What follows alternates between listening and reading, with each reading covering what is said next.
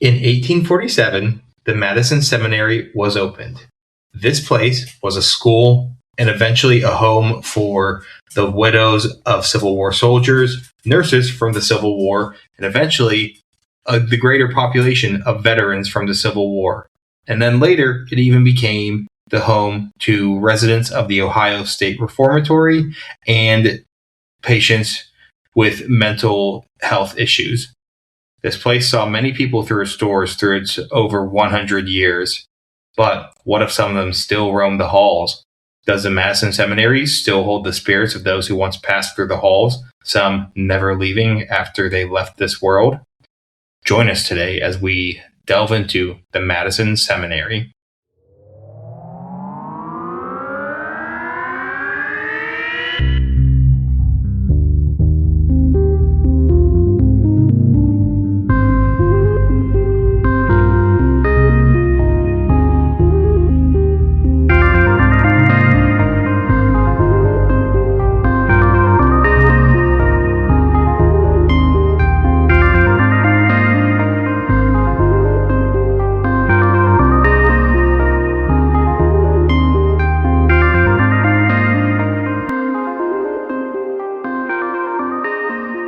All right, everyone, welcome back to Unknown, Unsolved, Unseen, Triple U with special guests.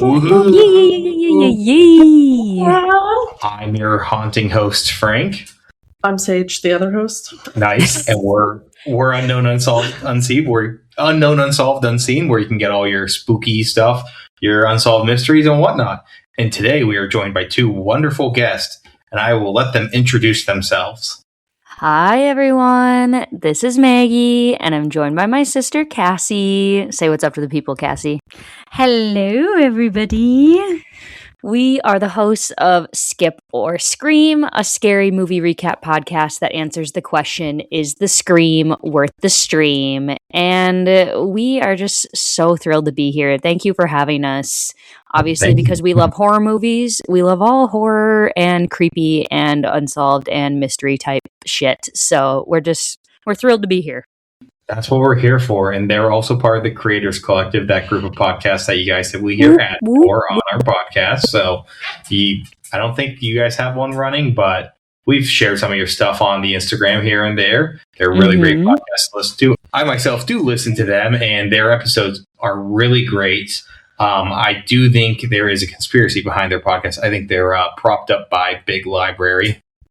Oh, yep, we are. Big Library does support us. Everybody visit your local library. If any of you are specifically homeowners and you get your property tax statements every year, you will be shocked when you go down to that little line that says how much you pay for your local library every year. It is a shit ton. So use your local library because they have good resources and free scary movies to rent. Yeah. So go rent scary movies and then come talk to us about them. Let's go rent Skip or Scream. Stage. Let's do it. You guys should go rent. You guys should rent like 4 different copies of The Descent from 4 different libraries and just Just on movie marathon. It is on Tubi for free right now. Disgusting. If you want to hear more about that story, you can check out their episode that's going to be coming out with us on it in a couple days. Yeah, this Thursday. Because today we have a wonderful collaboration we cooked up where today we'll be talking about a place that is claimed to be haunted. And then later this week on Thursday, you should head over to Skip or Scream to hear us talk about a movie filmed at this actual location. We have a few of these other style collabs lined up for the rest of the year, but I think it's a really great intersection where there's so many movies filmed in real world, allegedly haunted locations or based off certain real world locations. It's a really neat intersection. It is. It's very fun. Yes, it was definitely a new experience for me because I don't Sage, you did so good. You did great. And it's been a long time since we've had a guest on our pod who doesn't enjoy scary movies.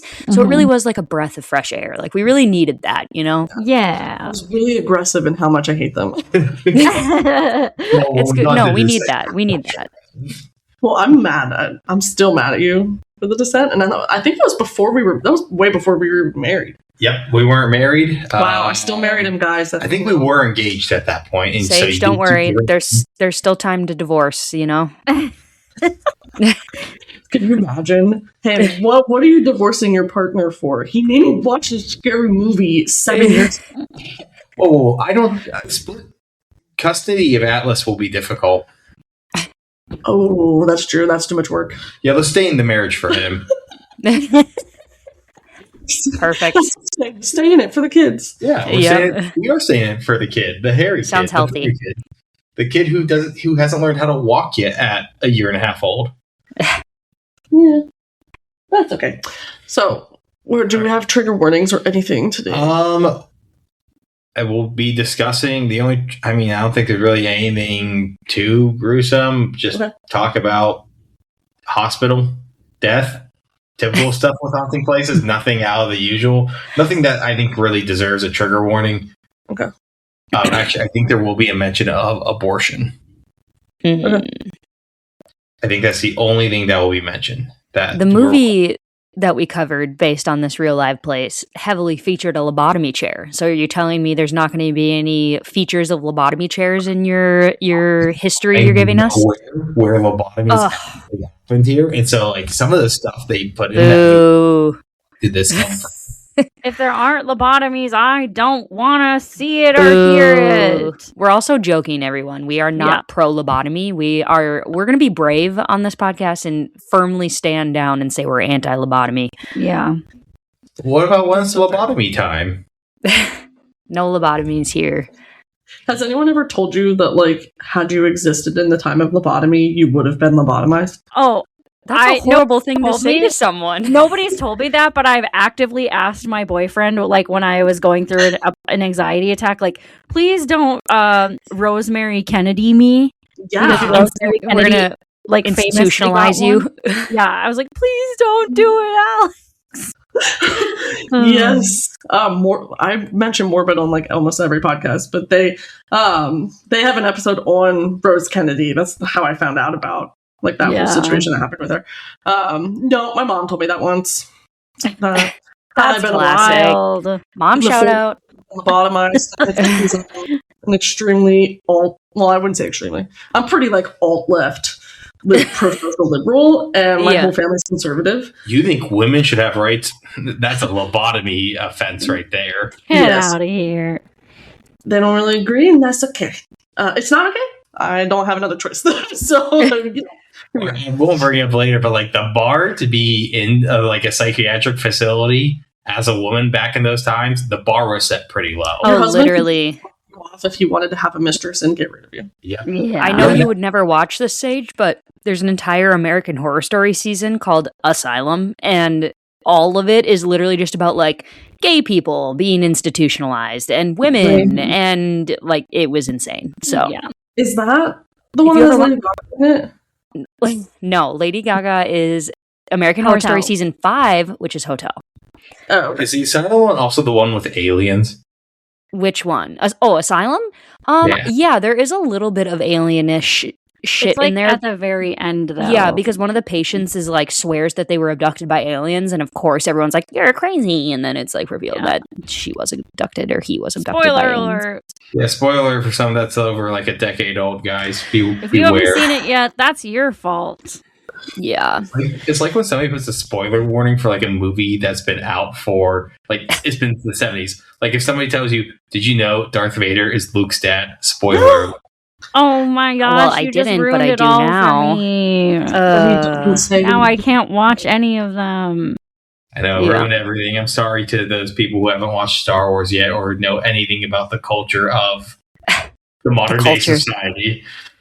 Were you guys Star Wars people or Star Trek people?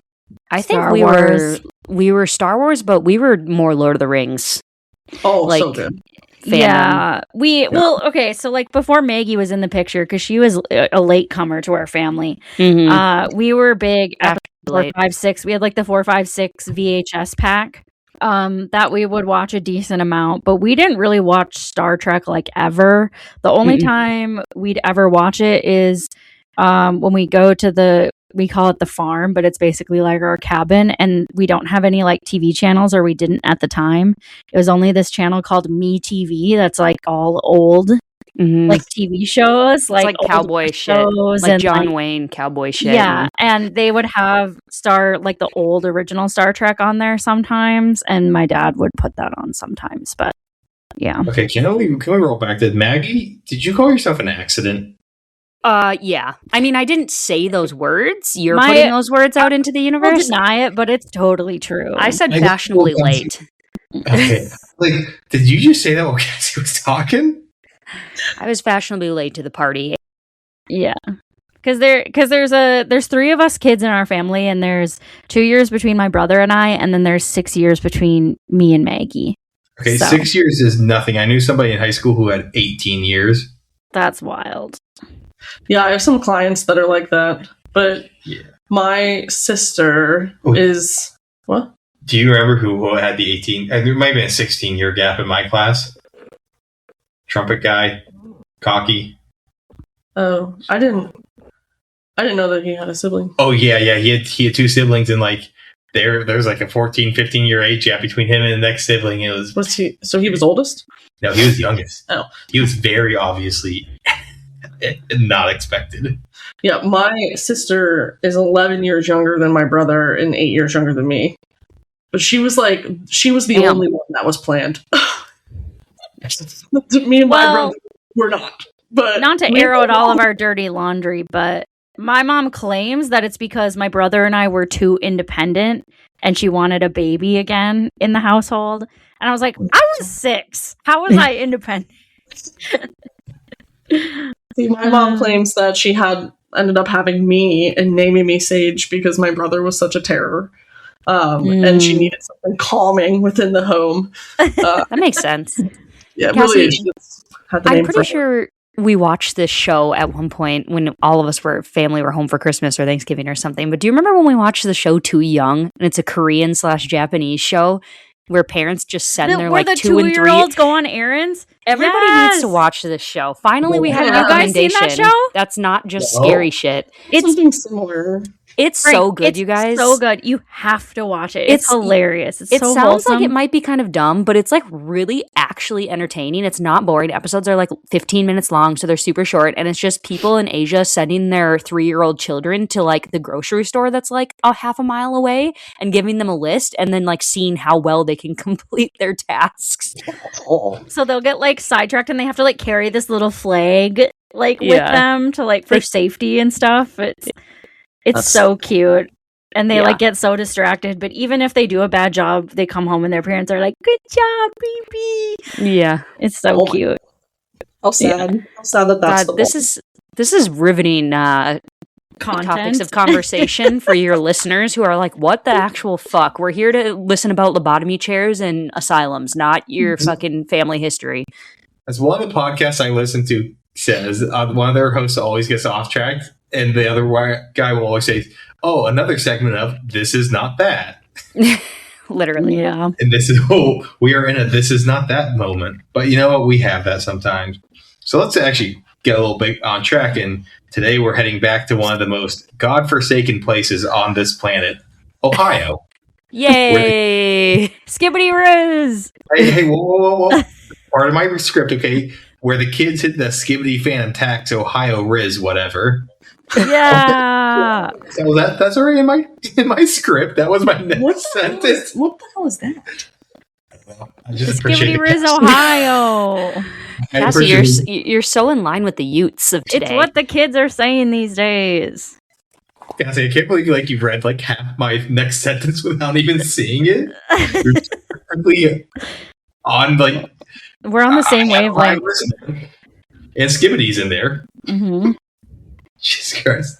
Oh my gosh. So we're going to be covering the Madison Seminary. And besides the movie we all talked about on your guys' episode, had anyone here ever heard of the Madison Seminary before that? Nope. No. Well, let's take a little unfortunate trip to Ohio, cover this interesting topic. And I'm sorry I was just going to say, I really hope I learn what the word seminary means, because I always thought that was a place where priests live. Me too. Didn't we look this up and it's both? Yeah. I guess okay, great. They're used for both, which confused me. All right, I learned what I needed to learn. Ready to log off. Okay, bye. But I feel sorry for our listeners because I think this is the 4th or 5th episode that takes us to Ohio. So we have about 5% of our podcast is Ohio-based episodes. All the people from Ohio that listen are like crying in the corner right now. Yeah, the poor Ohioans. We don't have many Ohioans. We have a lot of Pennsylvanians, Floridians, apparently, Virginians, New Jersey for some reason. It's also funny because my brother literally lives in Ohio, and having no Ohio listeners just shows you that my brother doesn't know shit. Wow. Sage's brother, you just got put on blast. On blast. No one, I think the only person in my family that listens is sometimes my mom.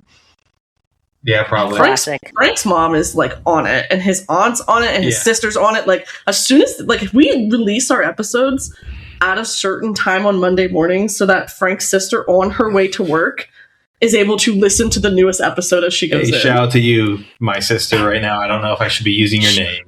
Shout out to Frank's mom and sister and aunt. That's amazing. Yeah, they're the real G's. And whenever we didn't release an episode last week because of everything going on, my aunt message just said, "Oh, it's good to know that you guys are okay. I was worried for you guys because you didn't upload an episode on Monday." I'm like, you know what? Hell yeah, you care. Yeah. She's so sweet. Whenever we're out in Pittsburgh, we always love to go see her. Yeah. Go Pens also. That's so sweet. Yes. So we when we started recording, we didn't think our mom would listen because she hates scary stuff. So we smack talked her, and then she ended up listening to every episode. So now it's like, oops. But well, maybe someday. Apparently, some of our friends listen. My brother will listen. Yeah. Which I don't know about that recently. Well, they're going to stop listening if we don't get... Yeah, true. So, all right, let's get back to this Ohio Riz topic, the Madison Seminary. Now, before we get into any spooky shit that most of you are probably here for, we always have to do some history first, and this one has quite the weird-ass complicated history. And any haunted place starts with, I wrote the same sentence twice in my script. He's losing it. Lock him up in the seminary. Put me out of here. Put me in the lobotomy chair right now. Put me in, coach. Put me in the lobotomy chair. So, to start, for the Madison Seminary, we need to go to the village of Madison, Ohio, near Lake Erie. This is pretty out there. It's not too populated of a place. And also, I just want to check one thing: if this is considered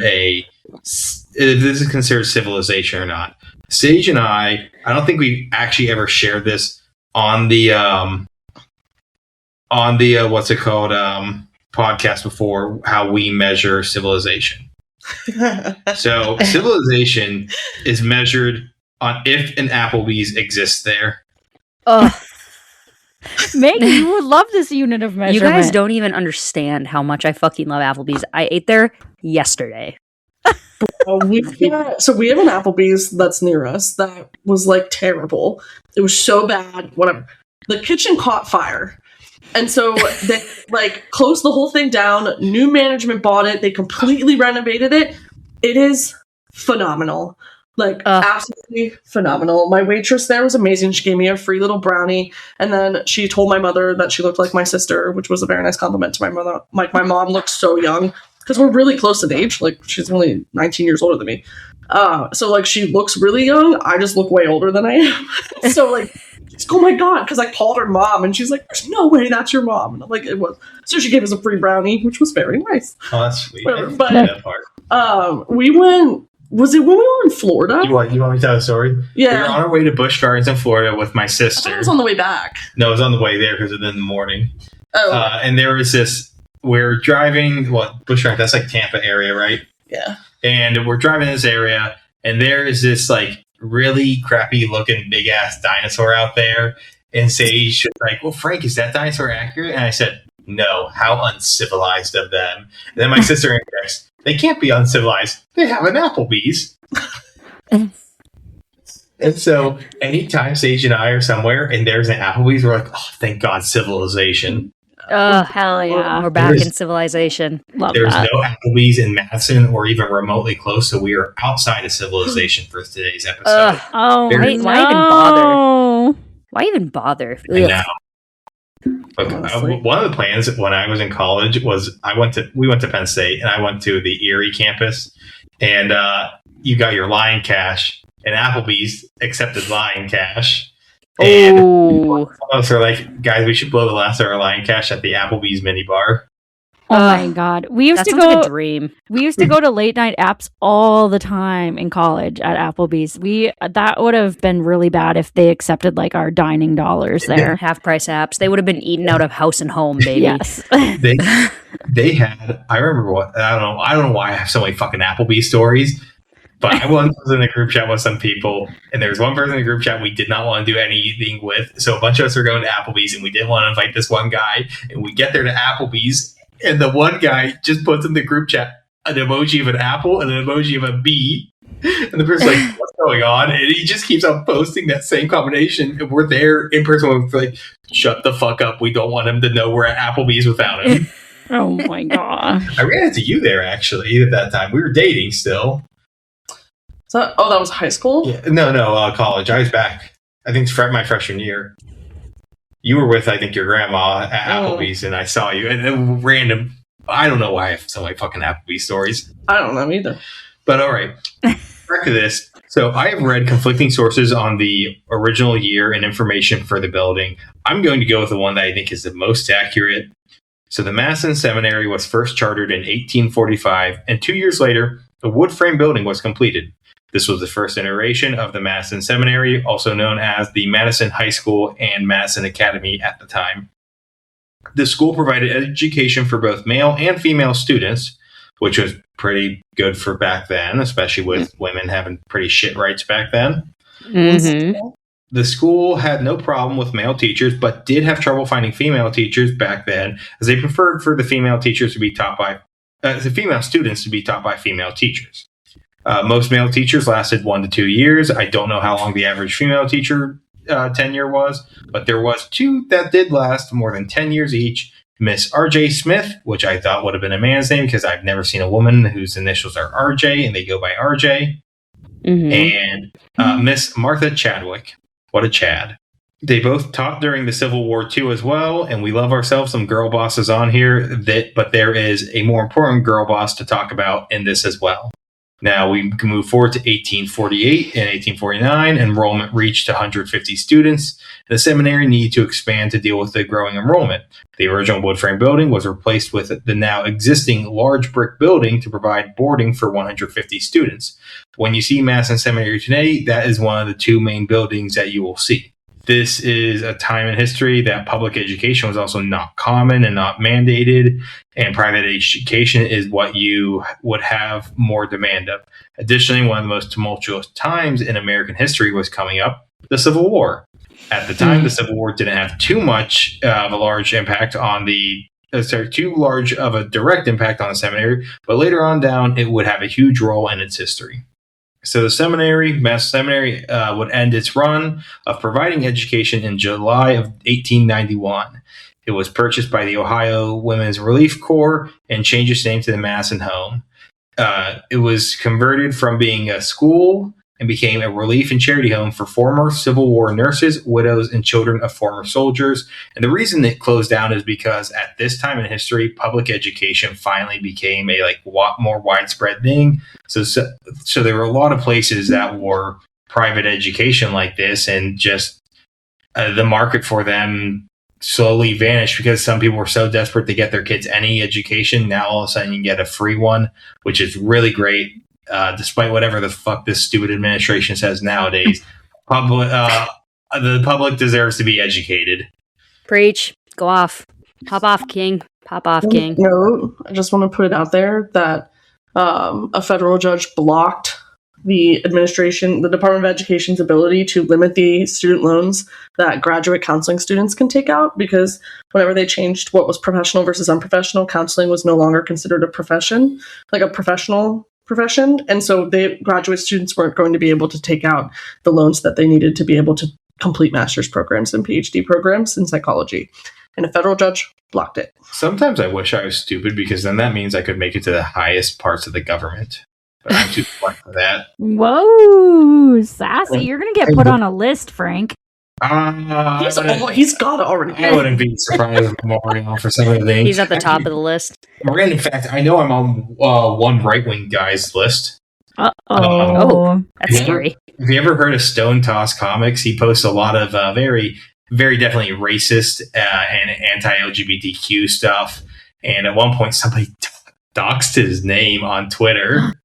And people were making jokes about it. And I liked one of the tweets. And he definitely flagged every name that liked any of those tweets and had them blocked from his account. So I could never see any Stone Toss Comics again for how cringe they are.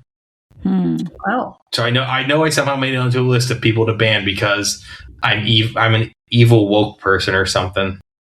So somebody made a funny joke. I liked the joke tweet, and he had to have gone through. And there were probably like 50K likes on that. So he banned it. He blocked a shitload of people. Well, there we go. Learn something new every day. Yes, I am on some type of list. This is a type of list. It's not a major list, but it is a list. Now back to here. It didn't take long for the Madison home to fill up with people. There were no public assistance for these groups after the war, so places like Madison home was in high demand, which is kind of sad that there's nothing for former Civil War nurses, widows, and any children of former soldiers. They were just kind of left to fend for themselves. Maybe if some dumbass didn't put a bullet through the brains of Abraham Lincoln, we wouldn't be in some of this shit position. Oof. Call him out. We went so far back because Shots It's fired. still too soon. It's still too soon. Miss you, Abe. real right. Actually, I do call him the goat later in here. I do have that in my script as well. That Abraham Lincoln the goat. Oh my gosh. You guys are just getting ahead of my script somehow. You all must be reading it secretly or something. Yep. So what's the point of me to go into this? Whatever your G Docs, Google Docs, or whatever you use to write your script. We hacked it. Damn, you even got the software the website I used to write my scripts right.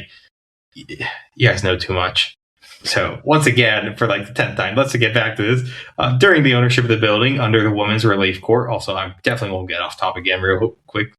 But what was under the Women's Relief Corps, the western wing of the building was constructed and was named the Ohio Cottage.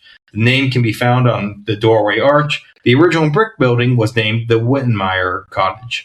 Is this what they mean when they say, let's go to the cottage, Sage? Yep. Mm-hmm. This is the cottage they talk about? Is that a saying? Let's go to the cottage? I'm coming to the cottage. Yes. I'm coming to the cottage. Okay, I've that was actually never heard really of good. that. You come to my house this summer. Will you come to my house? It'll be so private. We'll have so much fun. You guys don't get that because you don't watch Heated Rivalry, but you should. You know I can't do that. I told you I was going to get something again real quick. End of it. You guys, we are going to be here till midnight because we just keep it on cannot track. shut Keep it on track. up. Okay, come on. I love During it. this time, the most famous of all probably the residents who've been in the Madison Seminary building was there. Between 1895 to 1898, Elizabeth Stiles was housed there until her death. Has anybody heard about Elizabeth Stiles before? No. Is she related to Harry Styles? Mm-hmm. No. Is it That's STI? That's Stiles. Like Julia Stiles. Is she related Sure. to Julia Stiles? Cassie, So- shut up. Whole of a brief history of her because it's really remarkable what she did in her life. Is she the girl boss? Yes, she is the girl Hell yeah. boss. So Elizabeth Girl boss. Stiles was born and raised in East Ashtabula, I think I said that right, and worked as a teacher and seamstress in Chicago. She lived there for 9 years until she married Jacob Stiles. They would move to the new territory of Kansas in the late 1850s, specifically to Shawnee. She was a pro-union abolitionist and still worked as a teacher. She was very open about her views in an area that was hotly debated and about whether it should be a slave state or not. There was a 6-year guerrilla war raged on the determination of a slave or state or a free state known as Bleeding Kansas. I didn't realize that Bleeding Kansas was a whole ass war. The anti-slavery side did win out in the end. It didn't end the tensions, however, and Kansas was admitted to the Union right before the Civil War started. It was after the state seceded. So back to Elizabeth Styles. She had been threatened before for her anti-slavery and pro-union views, and like at one point she was on a picnic with a friend, and somebody rode up on a horse, left her a letter saying if she didn't stop with her pro-union views and showed up to like this parade that was happening with her students with anything pro-union, they would tar and feather her. Oh, that's Fuck not the guy in good. particular. But on October 17th, Solidarity, lady. on October 17th, 1862, the story is that, and there's some like debate on like some of the details, but general, this is what happened. The story is that William Quantrill and his raiders came to Shawnee to raid it a second time. They had already raided before. The Quantrill and his raiders were pro-Confederate raiders who had terrorized the people of Kansas. And actually, a well-known figure was part of that. Okay, well, I forget what it is now. But there are two notorious outlaws that people like to talk about here and there that people do not realize are actually, like, part of the reason they became outlaws was because they were pro-slavery and were not happy that black people were freed from slavery. that's lame. Yeah, I forget who the outlaw was. It's not like Billy the Kid, but it was like, oh, fuck, it was two workers. But they were part of this raiding group, and a lot of people like to whitewash history and forget that these guys are pro-Confederate people murdering innocent people. And I really wanted to just call them out, but I was too busy trying to write this. I forgot to call out those shitbags. Jesse James and Frank James? Yes, Jesse James and Frank James. Yeah. So I know a lot, like Jesse James is one of the notable outlaws, and people don't mention that he became an outlaw because he wanted to bring back slavery and stuff like that. Well, he looks like a piece of shit. So he was a piece of shit. So yeah, Jesse James, terrible fucking person. But so back on here, so Quantrill and his raiders would terrorize people of Kansas, and the raiders got to the Styles house, and they were in the front yard. They asked Jacob Styles and a man named either Mr. Becker or Mr. Baker. His name is not properly recorded anywhere on which it is, but he's one of their friends. They asked them their politics. Now, one part of the story says that the raiders were wearing Union uniforms that they'd taken off men they killed. Other stories said they were not wearing them, but they asked the two men their politics, and they mentioned that they were pro-Union, and then they were both shot and killed on the spot there.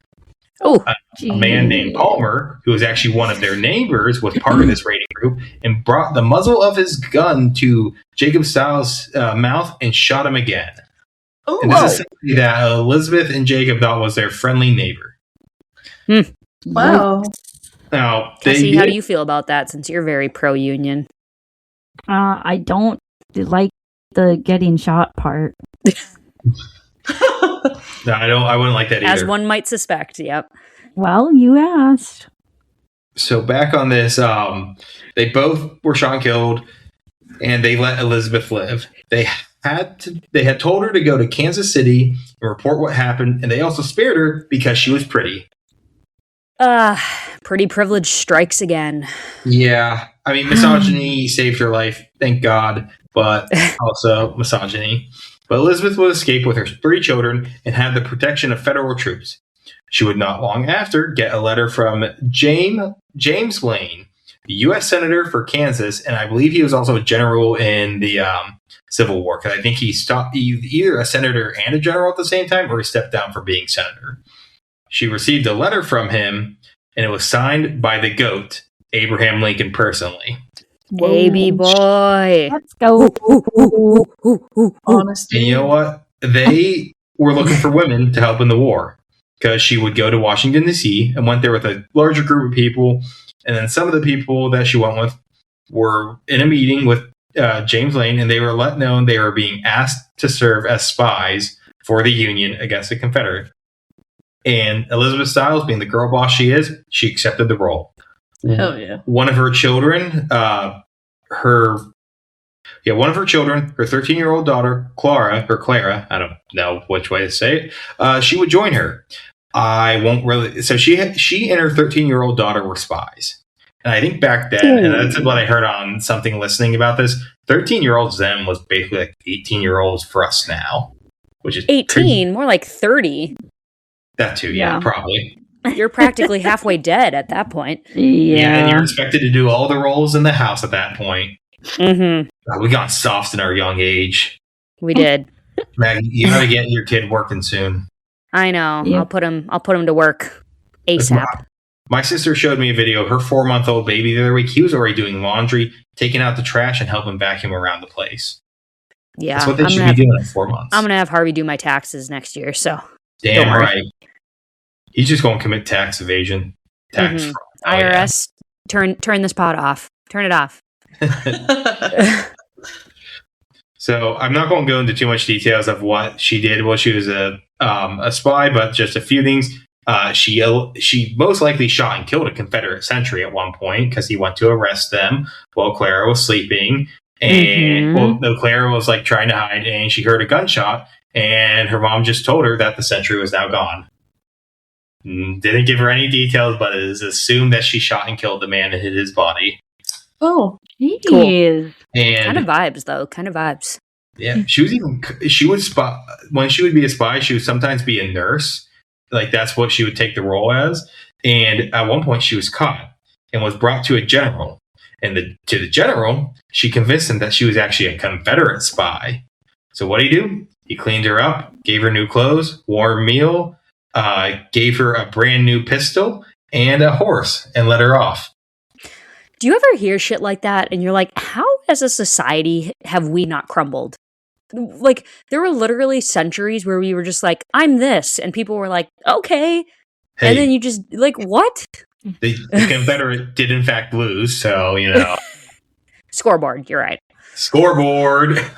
Yeah. But I was going to say, that still happens today where people say, I'm this. Yeah. But it's the opposite reaction of, no, the fuck. She did play a role in the war and was successful at being a spy. And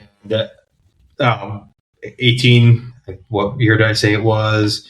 1895 to 1898, she was housed at the Madison home, and she would die there. Well, she passed away. But I mean, she did live a successful life for the most part. I mean, it's sad what happened to her husband, but I think she lived to like 70 something, so that's pretty good for back then. For sure. So yeah, she stayed there in her last years, and probably the most famous resident. Then we go to 1904, and the Women's Relief Corps were in a precarious financial situation and couldn't continue the upkeep of the facility. They would then donate it to the state, and they renamed it to a very simple name that I told you guys earlier. Home of the Ohio soldiers, sailors, Marines, their wives, mothers, widows, and Army nurses. Had to be something shorter. No. Home to those impacted by the war. No, we are. What's the anagram for that? Let me think. HOSS. Hoss.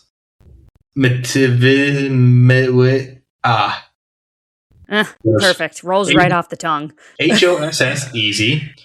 MTWMWAN. Perfect. Yes. Yeah, I feel like there has to be something shorter, but I don't know. That's just me. I like to go the easy way, efficient. But it was this from 1904 to 1962. I could not find anything really notable during that time. But it kept that shitty ass name for almost 58 whole years. It was that name. Wow. So in 1862, any remaining people were transferred to their families or to other modern relief facilities. So they were evicted. Some of those who had to leave were very dismayed, but could not stop it. And I mean, Maggie, you saw how Madison Seminary looked in those in the movie. Mm-hmm. It did not look ideal, and in 1962, that was still pretty shit compared to more modern stuff. So I think it was better that it moved. Because when I've watched videos of like this place, like with the hauntings and whatnot, I'm like, oh my god, I remember this area from the movie. Mm-hmm. It's just weird too. But ownership of the facility was transferred to the Ohio Department of Mental Hygiene and Corrections. I hate the name mental hygiene. Yeah, I hate the word hygiene in general. It's terrible. Well, the fact that it's mental hygiene and corrections, like... Yeah, like you gotta. They are mentally wrong, so we gotta clean them. We gotta clean their minds. corrections. To be fair, we have a system called sleep hygiene. Hygiene is essentially just the term for a routine. Oh, It's just gross. yeah. Petition to end the word hygiene. I agree. I didn't come up with it, so. Sage, I'm blaming you. Oh, yes. Hygiene, more like low gene. Oh, yeah. Oh, God, it's the 2000s all over again. The Ohio Department of Mental Hygiene and Corrections is now known as the Ohio Department of Rehabilitation and Corrections. They oversee the adult prison system of Ohio, and it became known as the Madison Seminary became the Opportunity Village at this point. What a nice, cheery name. Yeah, It would house low risk, honor women inmates, so good behavior, low risk. And they would work as staff and would learn skills as nurses, aides, and other similar occupations. These women came from Marysville Women's Reformatory and the Ohio Women's Reformatory. You may be wondering how they got this training. Well, it's because the Apple Creek State Hospital, Apple Creek, not Applebee's, used it as an extension to their operations in rehabilitating women and house developmentally disabled women. These are just the terms I got from those. Sometime after, it would also house psychiatric patients. Somehow I misspelled it as patterns from Cleveland State Hospital. And I originally couldn't find if it was just women or both men, but from some other stuff I found from a Project Fear investigation of the place, it does sound like it was actually men and women were also kept here. I don't know how much the women's staff dealt with the men, but by 1975, it would close down and the Lake County Commissions would purchase the property from the state. But in this time it was open under there are tales that there would be doctors and staff that would abuse some of the psychiatric patients, primarily the women, sometimes assault them, and apparently forced illegal abortions were claimed to have happened. Wow. Ooh, that's not great. The assumption is that the staff assaulted the women. They were Maybe, impregnated or and then forced abortions. That was I didn't get the implication of that, but it could be that. That would be what my thought. I mean, where else would they be getting pregnant from? Yeah. Now, after 1975, when it was closed down, it would then house the Madison Township administrative offices, and then Madison Township bought the building from Lake County under the condition that after Madison Township was done with it and made a new facility and no longer needed the old seminary, that Lake County would then buy it back, which did actually happen in 1981. During this period, it was added to the U.S. National Register of Historic Places on February 22nd, 1979, as Madison Seminary and Home. In case there's any super nerd history buffs out there listening right now, the NRHP reference number is 79001871. Write it down, nerds. I have that one memorized, so don't need to. Hell yeah, that's what I like to hear. In the 1980s, Lake County Administrator Kenneth R. Gottner proposed potentially demolishing the building due to it not meeting the required fire, electrical, and plumbing codes. If this would have happened, we would have never had 7 Nights of Darkness. That would have been truly tragic. It would have. Yes. This is also when stories from township employees started coming out about the place being haunted. So the haunted stories came out in the 80s. Instead of demolishing of course, Satanic Panic. Yep. Now, instead of demolishing the building, a rental advertisement appeared in 1993. It stated, "For rent, historic building on Middle Ridge Road can be leased cheap. Caution, building may be haunted." I know we discussed eating rats for cheap in the other episode we did with you guys.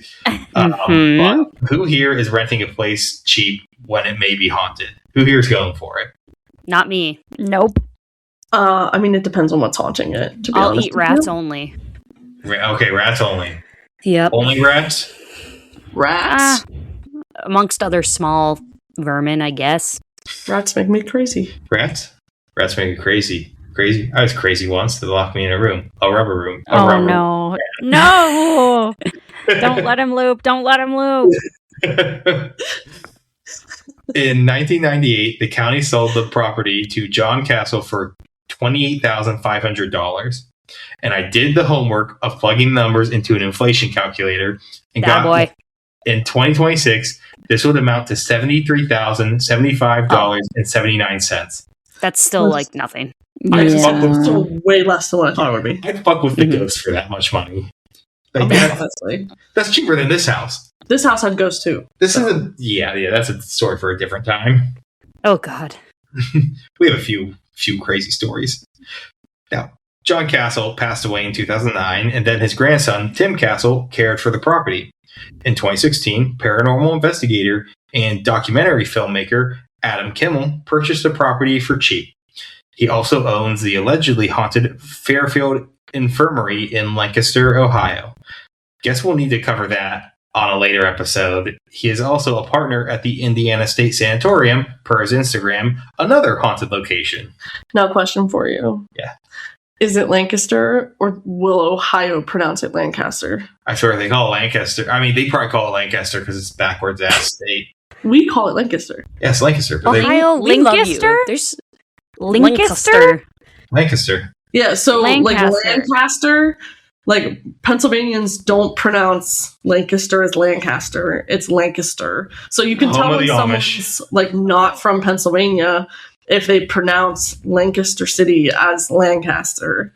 Like, I don't know. It's how you find those So fakes. is that like something that you do with all your A's? Like you shorten your A's for everything? There's a lot of words I would say in it's like Pennsylvania Dutch. So it's English kind of mixed with German accents, like from when the immigration was happening into Pennsylvania. If you want to know some more of this stuff, Something Strange has plenty of episodes on like local Pennsylvania folklore and stuff like that. They're actually local to us. We've actually met with them in person, so they can also attest to it as Lancaster.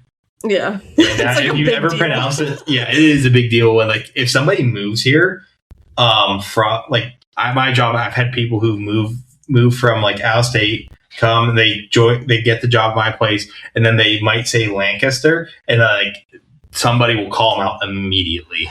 Yeah, you know when you're a transplant, whenever you say Lancaster, burn them at the stake. Turn the plants trans. Nice. Thank you. The Pride Month, that's what we'll do to the plants. We'll turn them trans. But I'm not really sure what to say to that. So every time the word trans is in front of something, that's all I say now. Well, like when we did the Trans Allegheny Lunatic Asylum, they're turning the asylum trans. Again, everybody now. The asylums, the Atlantic Ocean, all of it. I think that's all actually I have for history. So last thing was Adam Kimmel, owner of 2 haunted locations and partner to a third, now owns the location to this day. So that's probably all for history. Are you guys ready for a hauntingly good time for the rest of the episode? Yeah, let's go. Now, let's get into ghosts and shit. Yeah. Ghosts and shit. So there's a lot more specific stuff here that is hard to find because some of it's books written by Adam Kimmel, sold at the location that have some of the better juicy details, but I did not buy his book, unfortunately. Now, are you two familiar with the typical things reported in hauntings? Yeah. Like let's cold see. spots. Cold spots, moving objects, things of that nature. Yeah. Before we get into the haunting part, I should have asked this earlier. Do you two believe in ghosts? Oh, God, I don't want to answer that. I'll go just first. say yes. Okay. Maggie went first.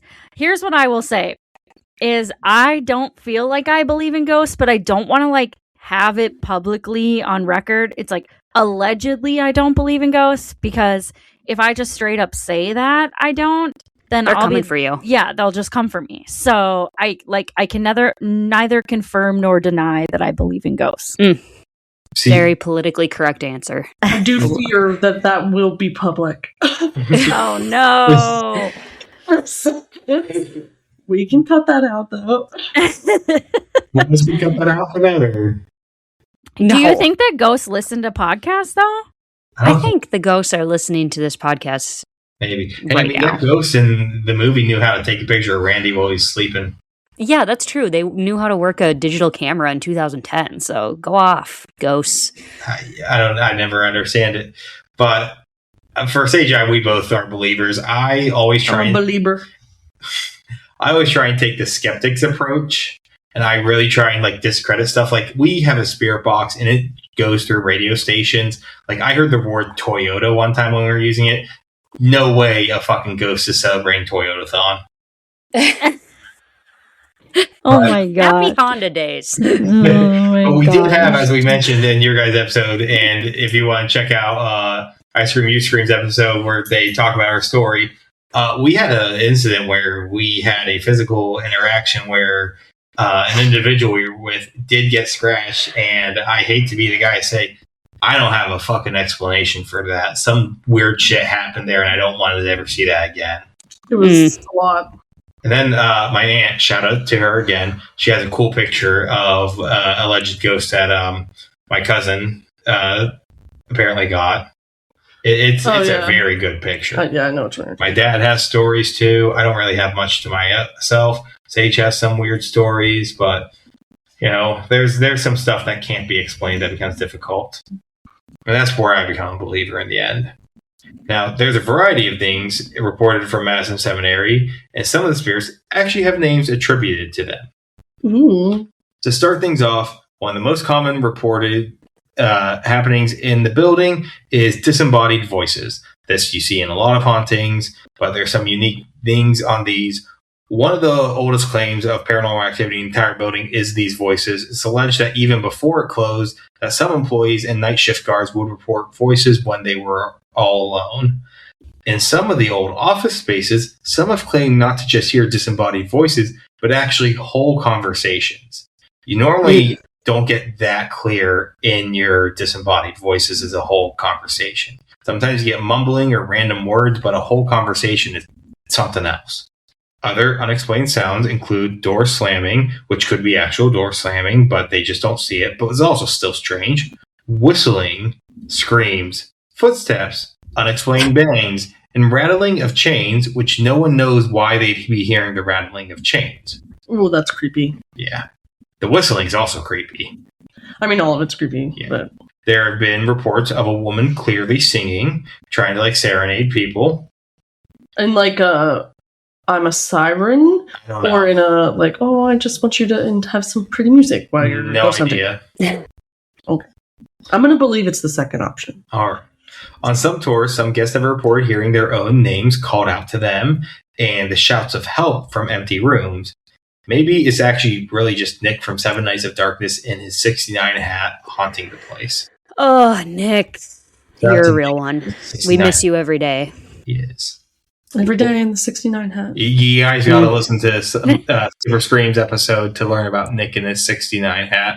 Let's pretty- go. Pretty quality episode, I gotta say. It And is. Shout out to Maggie for pointing that out as soon as we got to that point. 'Cause that was that kept on coming up. Yeah. A joke that is as timeless as history itself. 69. Did that. we ever once mention Nick in the episode without also mentioning the 69 hat? No, because Sage needed a reference for who these people were, and she knew True. who 69 construction worker was. It's Nick. That's right, guys. I'm responsible for the consistent use of the phrase 69. I both hate and love the fact that that's how we remember which character he is. It was Is it 69? helpful. I know it was. I mean, as we said, they were all stereotypical white people. You're brunette, you're blonde, you're two women, and then a bunch of just white guys. One of them's a construction worker, of course. Mm-hmm. Mm-hmm. God, good times. But EVPs have also been recorded, including one from Project Fear sounding like a woman saying, "I'm pregnant." Ew. That's weird. I don't like that at all. I'm assuming then that's where they would assume They it's believe that's related where to, the the forced abortions. forced and stuff. abortions were happening. Yeah. So a patient telling a doctor maybe Yeah. that they're pregnant. Yep. And then that doctor being like, no. Yeah. Now, there are some people that claim to feel a pressure that's sometimes described as a strange sense of dread. Others feel like a depressing energy to the place where they start to feel depressed. Pressure where? What if I feel like that all the time? Maybe you got It's called ghosts. life, baby. Yeah.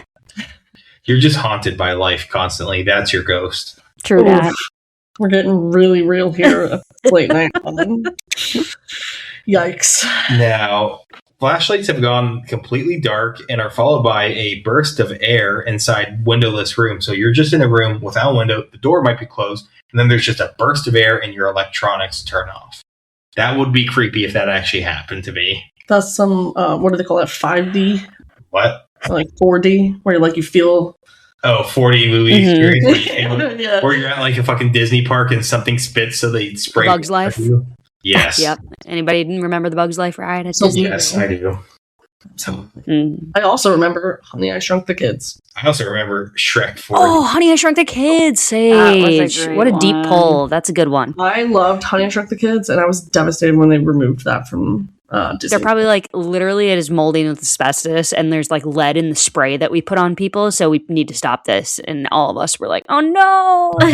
Giant ants. Random side tangent. Have you guys been to Universal down in Orlando ever? Yes, many times. Have you been on the ET ride?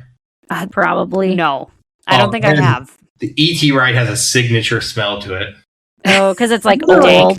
And Yeah. People have tried to recreate candles of it, but that's a ride. I know people have tried to make candles of the Pirates of the Caribbean ride. So I heard that doesn't surprise me. And then, what was it? R.I.P. Shrek 4D, classic ride right there. Also, with the like special effects where they land on the water and psst, get sprayed. Sad. All right, back to the flashlights turning off. Other electronics have been reported to malfunction out of nowhere and turn on and off. And sometimes batteries just rapidly drain without any explanation.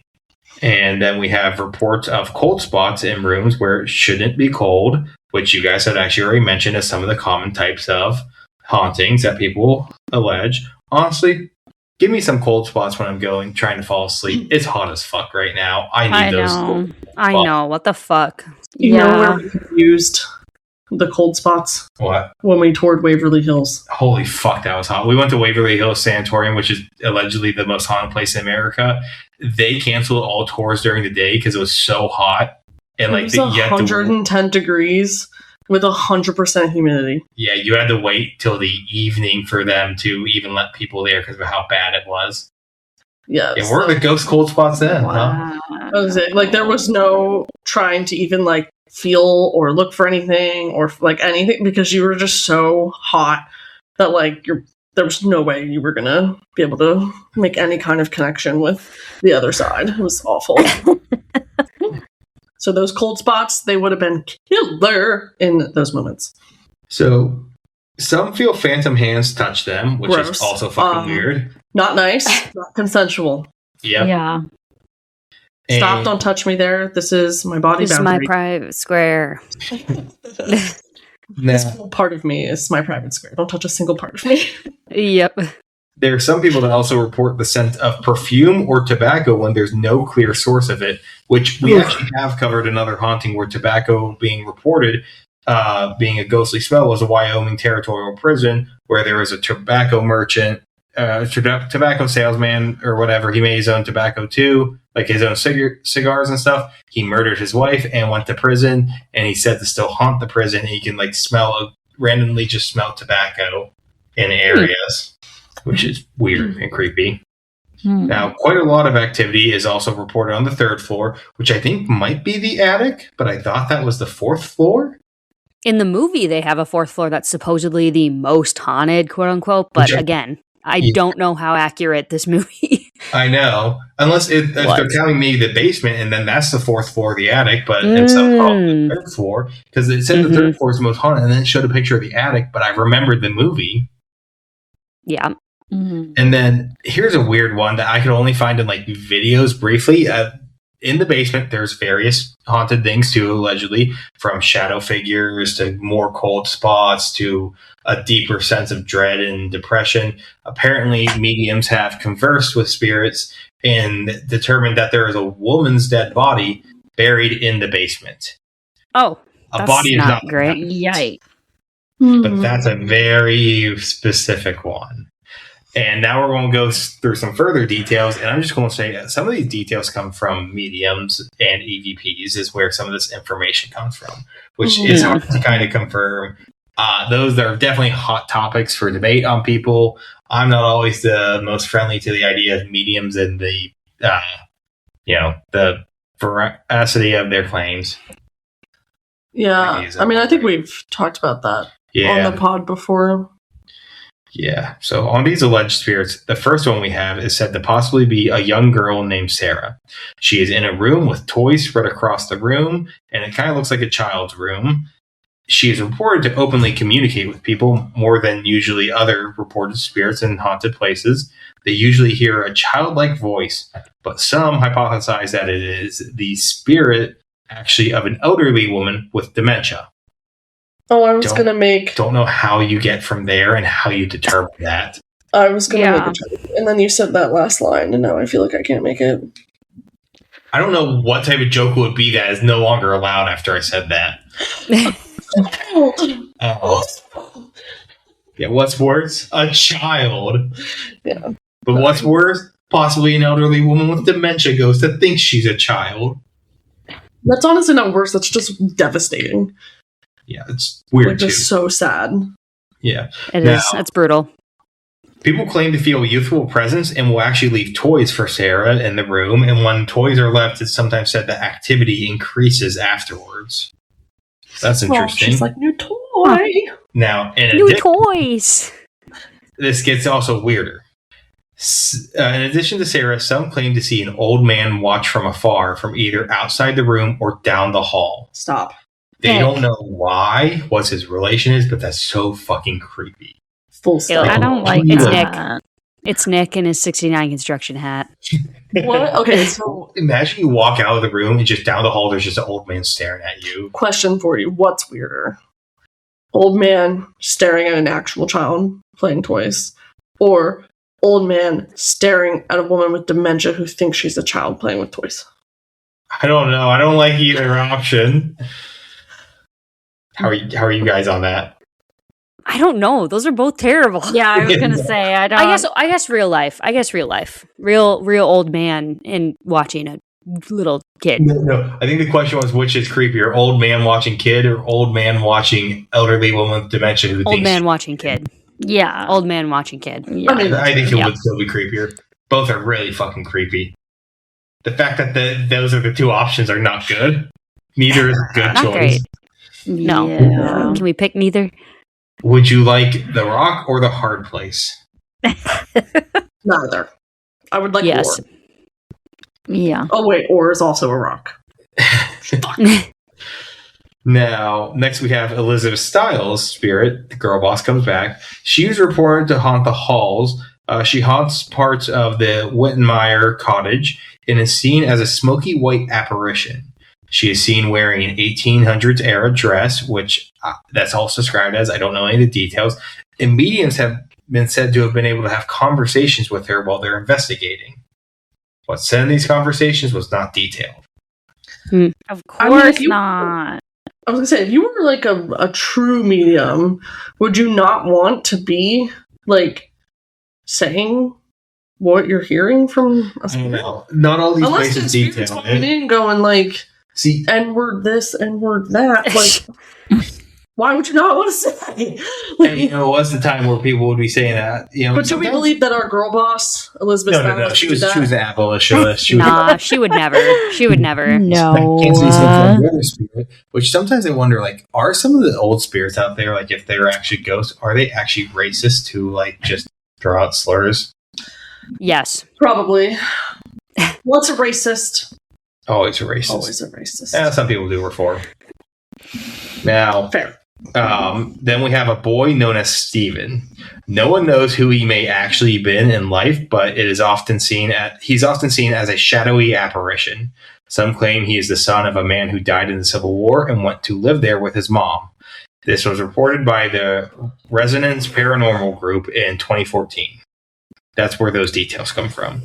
There are various other shadow figures or people reported throughout the place. So shadow figures and shadow people are an often occurrence. Some more of them are in the basements, but shadow figures and shadow people are so fucking weird of an idea. I hate it. I hate it so much. Now, a Civil War soldier occasionally is said to be seen limping down the hallways, and other children are seen playing throughout the empty rooms, just apparitions of children playing that then disappear. Now, there's also reports from the current owner, Adam Kimmel. He has reported hearing screaming and running sounds during the night while he was working on the place by himself, and sometimes he even called the cops because he thought it actually might be a person. Never did they find anybody. He has seen various apparitions and shadow figures. He additionally said that there's been poltergeist-like activity. And do you guys know what I mean poltergeist-like activity? Yeah, because we covered the poltergeist. It's not the poltergeist, Maggie. It's just poltergeist. Remember? Sorry. I was listening to your guys' episode on that, and I don't know if it fits with I forget if it did or didn't fit, because a poltergeist, the definition is a ghost that physically touches stuff and moves items and sometimes pushes people. That's what a poltergeist is. Yeah, in the movie they talk about a poltergeist being connected to a person rather than a place. Yeah. Or connected to a place rather than a person. I don't think that's correct, if I'm not mistaken, because poltergeist it's from a German word, but it means a more physical ghost and more active, moving items and stuff. Because hauntings where you only see apparitions, noise and stuff, that's not a poltergeist. But whenever items start moving, you get pushed and stuff. Then it's considered poltergeist activity. Now, additionally, Adam Kimmel would report the fact that he would hear his name randomly called out to him while he was alone. I could never figure out who was saying any of this stuff, but just, he was always creeped out. There was stuff trying to say things to him. Shadow figures would dart across the walls, out of the corner of his eyes. And just, I don't think I could renovate this place on my own with all that shit happening. Would you guys be able to do that? No. God, no. That's just so, I don't know. Because it sounds like he did a lot of things on his own here and just constantly kept hearing shit like that. He would hear phantom footsteps, either sometimes it was just walking, other times it was you could hear that sound of somebody sprinting through a hallway. I just fuck that shit. No, I'd burn that place to the ground. Yeah. It's fraud. That's what we want to do. Mm-hmm. Always, it's all about the money. Yeah, but that's just so fucking weird. I would be so done. That really generalizes most of the stuff. I'm just taking a quick look through here if there's any that I missed. But those are the type of hauntings that are there. A lot of your run-of-the-mill stuff with some additional apparitions, shadow figures. You don't always get shadow figures at places. I don't think there's really much else on this. I'm just doing my last check, and yeah, that should be all of it. What do you guys think of those type of hauntings? Scary. I don't want to be involved in it. I don't even want to be within 300 feet of it. I don't even want to be in the non-civilization village of Madison. Put an Applebee's there and maybe we'll reconsider. Yeah, if you get an Applebee's, I'll be there in 2 seconds. You what don't if even it have was to a tell me twice. haunted Applebee's? Ooh, that would be an intersection of my two great loves. That would be insane. A haunted Applebee's. But there's got to be one out there somewhere that closed down and then okay, no you other guys, places. one of us needs to take one for the team and die in an Applebee's, and then we can just haunt it forever. All right, see, awesome, Sage. Thank you so much. I'm gonna have the all-you-can-eat ribs and keep eating till I die. Perfect. Not all heroes wear capes, folks. We'll just both die, and then you guys can both come try to. Perfect. Talk. We can come hang out in the Applebee's. Yes. Yeah. Can I ask why you guys are super into the horror stuff, but you're not fans of haunted stuff? Yeah, and I think I can answer for both of us. Kassie is when it comes to horror, the genre of horror, it's essentially a method for both of us of escapism, because it's purely entertainment for us.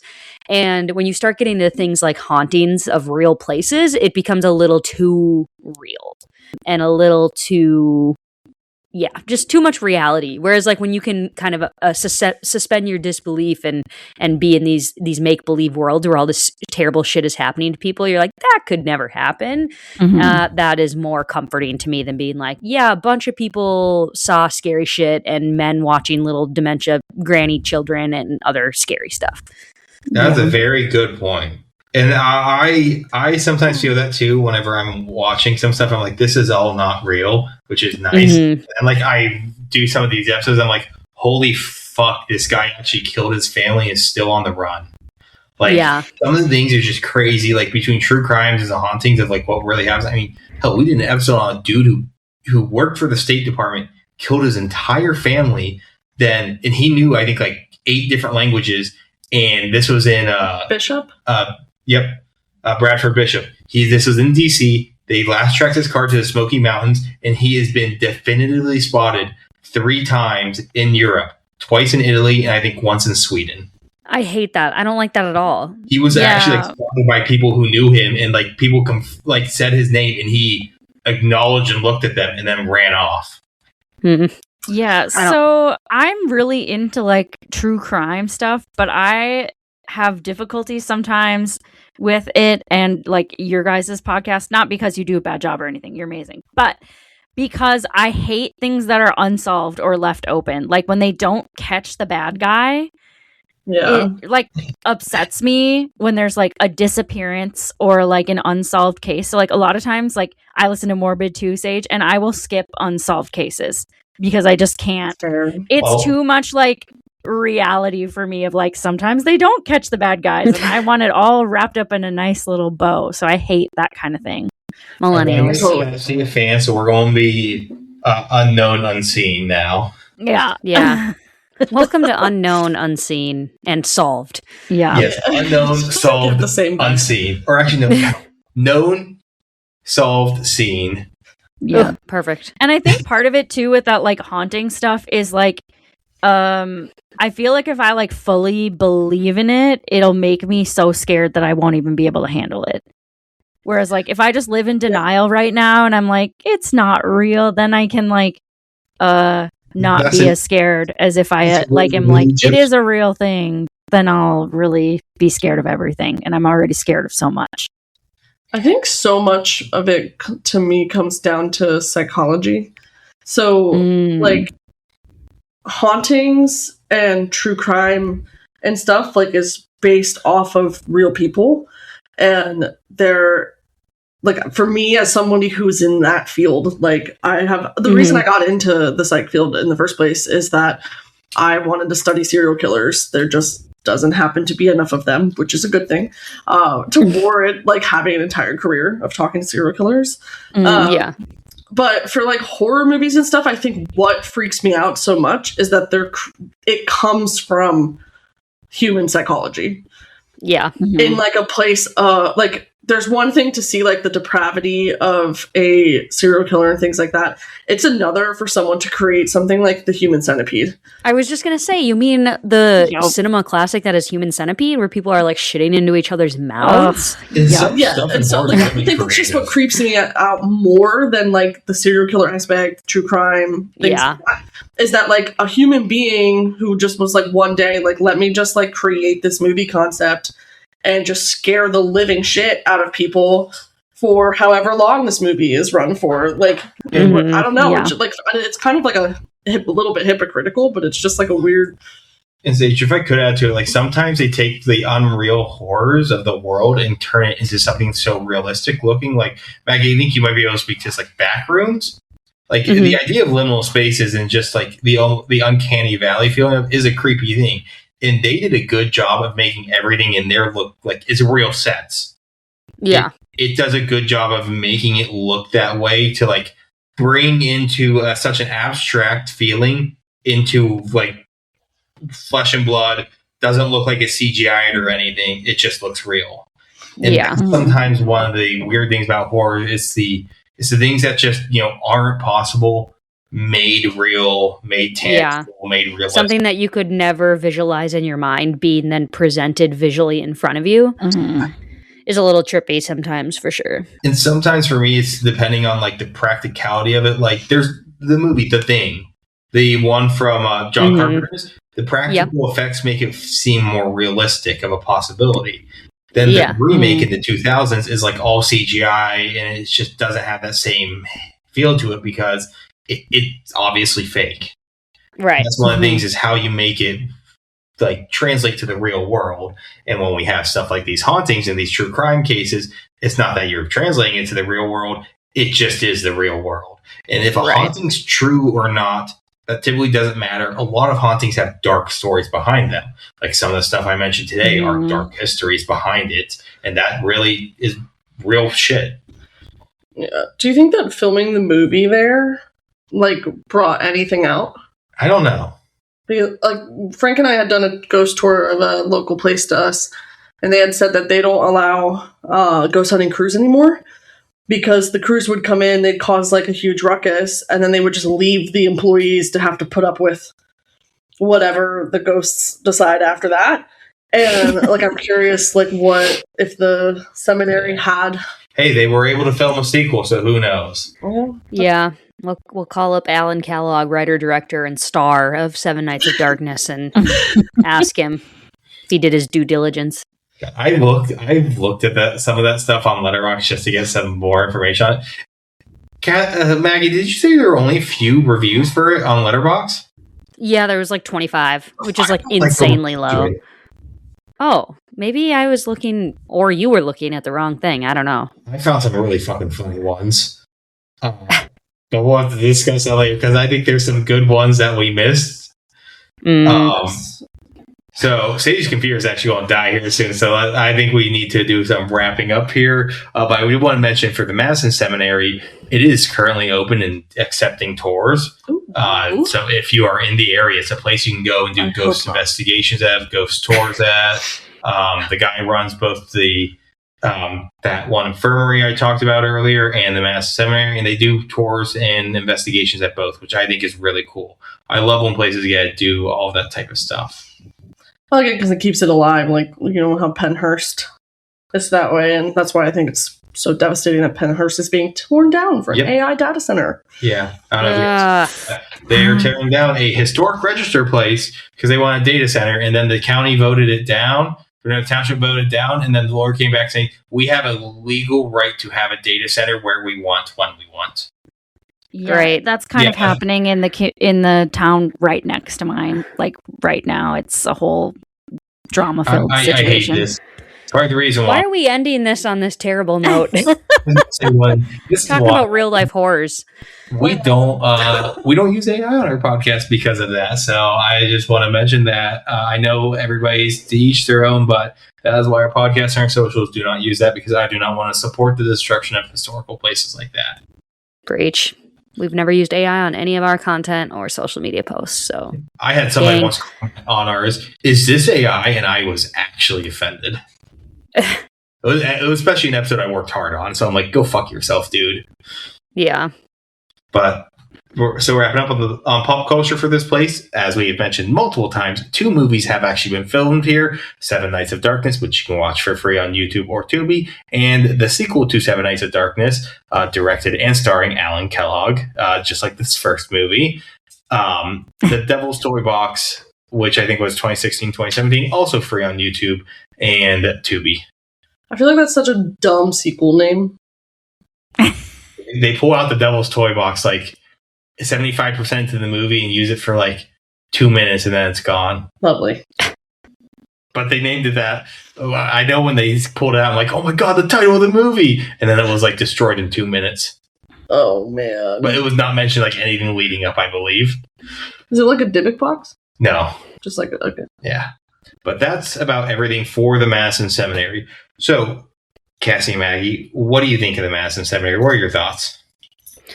Again, I am never going to go there. I'm never going to get even close until they get an Applebee's. Then I will reconsider. But very interesting. I like that. I like that it like had a lot of ups and downs in terms of like being progressive, offering education to women, and then like being bad and having mental or cleaning hygiene weird things and lobotomies. Maybe lobotomy chairs are in the basement. Who knows? But yeah, it was interesting that it had such a colorful history of many different avenues that it took. I do want to real quick add the lobotomy chair is actually something at the place they use, because in like the Project Fear, I watched part of their investigation. They like walk past the lobotomy chair from the movie. Oh, it's there. It is It's just there. waiting. Imagine It's they- waiting to be It's sat just upon. hanging out there. If I ever go there, I will sit in it and send you guys a picture of me in the lobotomy Please chair. do. We're And different then you'll have people. a creepy little girl standing behind you. Sarah. I just Remember? say- That's her name. I mean, I'll get the same result. Yep. Oh, you think Perfect. I'm little? That's so nice. Yeah, not the creepy What a part. positive way to spin that. Aww. Sage. Why we're married so happily. Yeah. Oh my god. Cassie, what are your opinions on the place? You know, I've said my 2 cents about haunting stuff, but you will never catch me there ever. I do not want to be there. I do not want to go to there. And I don't want to visit, and I don't want to hear any more about it because I don't like stuff like that. It's We all get to go to sleep now. yeah. Yeah. Hey, It's is- not good though because then I'll just have nightmares. Have nightmares. The first time, That's how I feel about The Descent. yeah, the first time I saw Conjuring, I saw it alone in a movie theater, and I could not sleep for weeks because I was convinced there was a lady haunting me. So this is gonna follow me now, whether I like it or not. I sage you from a distance. Thank you. Oh, Sage. Giving you all of the sage. Nice. Sending me positive vibes. Yes. So So many. what's your opinion on this? I mean, to be honest with you, it sounds like every other Haunted place we talked haunted about? place asylum that, like, there's good parts, there's bad parts, and then ultimately, like, it ends up being shut down for one reason or another, and its history of, you know, hurting its patients and things like that Yeah, comes out one way or another. That's the upsetting There's part haunted too. them. Is like all of these things. It's always like with these like asylums or sanatoriums, whatever. It's like the things that happened when it was running are almost worse than like the haunting stuff that's rumored now. Well, it is worse. It's way worse, and Yeah. it's just upsetting. That's Yeah. one of the things I mentioned. Like when you talk about hauntings, whether you believe in the ghosts or not, real bad shit typically happened. Yeah. And that's something you gotta address. But I'm just going in conclusion, the Madison Seminary opened in 1847, and through various years, through the decades, it went through various iterations from caring for Civil War nurses, widows, and children to caring for all types of veterans and families to then caring for the mentally, is mentally unwell or Yeah. mentally unwell, those in need of psychiatric care, and prison inmates. Through that time, it has gained a reputation of being one of Ohio's most haunted locations. Is it really haunted, or is it all just a bunch of hooey? You can decide, listener, and let us know if you'd like to in the comments. Now, I don't know if you guys have listened to any of our non-true crime goofy episodes, but when I do one, we always do a 1 to 10 scale on something stupid we talked about in the episode. It never has to, it's never like a serious thing. Like when we did the Skunka Warka episode, it was on a scale of 1 to Ford 95, 1998, 4-wheel, all drive. This fucking truck, this guy listed out every specification of it in his story and stuff like that. We always find a goofy thing to do. So today's 10 out of 10 scale, I was almost going to lobotomy chair, but out of 10 haunted Applebee's, how do you rate the Madison Seminary? Ooh. Being more believable for haunted, 0 being not believable. So how many haunted Applebee's do you give it? I'll give it like a 7 haunted Applebee's. I think it's definitely on the upper echelon, but still kind of chill enough to like keep the vibes down and keep it under like an 8 or a 9 or a 10. That's good. That's good. Cassie, how many haunted Applebee's do you give it? I give it 6. Just one less than Maggie, if you know math. I think it like the stuff you were describing is like spooky, but I don't think it's like the craziest stuff I've ever heard. So it's like just a little bit above an average spooky place, I feel like. Yeah, there are not enough spooky places that have horror movies at them that we haven't already done already, unfortunately. Yeah.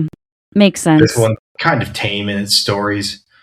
Now we That's have okay because I don't want nightmares later. So now we have a 6 and a 7 so far. Dare I say it? 6, 7. Disgusting. hey, 6, 7, skibbity. Oh my god. Ohio Riz. Now Let's Sage, go full circle. how many haunted Applebee's do you give to Madison Seminary? Maybe like, if you can count, I'm gonna go one less than Kassie, go to 5. I mean, I agree with you. We're learning to count today. Yeah, there is so many places that I've just heard more things from. It certainly has its own, what sounds like its own fair share of hauntings and things, so I wouldn't put it lower than a 5, but I don't think I could put it higher either. Okay. I'm going to give it 7 haunted Applebee's out of 10. And really for the same reason as Maggie, like, it has some really creepy stuff, but it's not like too extreme. So that's where I put it as well. That's my reasoning. So that should be about it then for today, because we have some stuff we need to wrap up here at our place. Kassie and Maggie, where can our listeners find you guys? You can find us on social media on Instagram at Skip or Scream Podcast. You can find us on TikTok that we are not as active on at Skip or Scream Pod. But come hang out with us on Instagram and also listen to our episodes every other Thursday, wherever you get your podcasts, baby. You don't have to be a huge horror movie fan to appreciate it. It's just fun times. If you're too scared to watch scary movies, our podcast really is perfect for you. And if you love horror movies, podcast is also perfect for you. So come hang out with us. Come chat with us on socials. We'd love to have you. Can confirm it's a really good podcast. I've listened to like a little over half. And also, if you're listening right now at the prime time, and if you're listening later and catching up, well, it sucks to suck right now then. But they're doing this giveaway right now on their Instagram that you guys should totally check out. Give them a rate and review. And you can possibly enter to win a cool horror bundle or package that they're doing. Yes. Come hang out, come follow, and just be our friend, you guys. We just want more spooky horror friends. What more could we ask for, Yeah. Maybe a lobotomy chair. Maybe a lobotomy in an Applebee's, but a girl can dream. A lobotomy at Applebee's? Oh, full circle. Yikes. Applebee's. Oh, I found that. People are literally turning it off. They're like, stop fucking talking about Applebee's. Click. Yeah. No, we're Bye. not sponsored by Applebee's, but hopefully soon. But I think that should be about it for today. So let me do my ending spiel. If you like what you're listening to, go follow us on our socials, our Instagram, our TikTok, and our Blue Sky I do not use. And rate, comment, follow, subscribe, review on whatever platform you're listening it on. Every little bit helps us in the algorithm. So thank you for listening. Thank you for all the support you guys are giving us. And I think that is about it for today. And remember To look for The unknown. The unsolved. and the unseen. Thanks Thank you for for listening. Bye, everybody. Bye.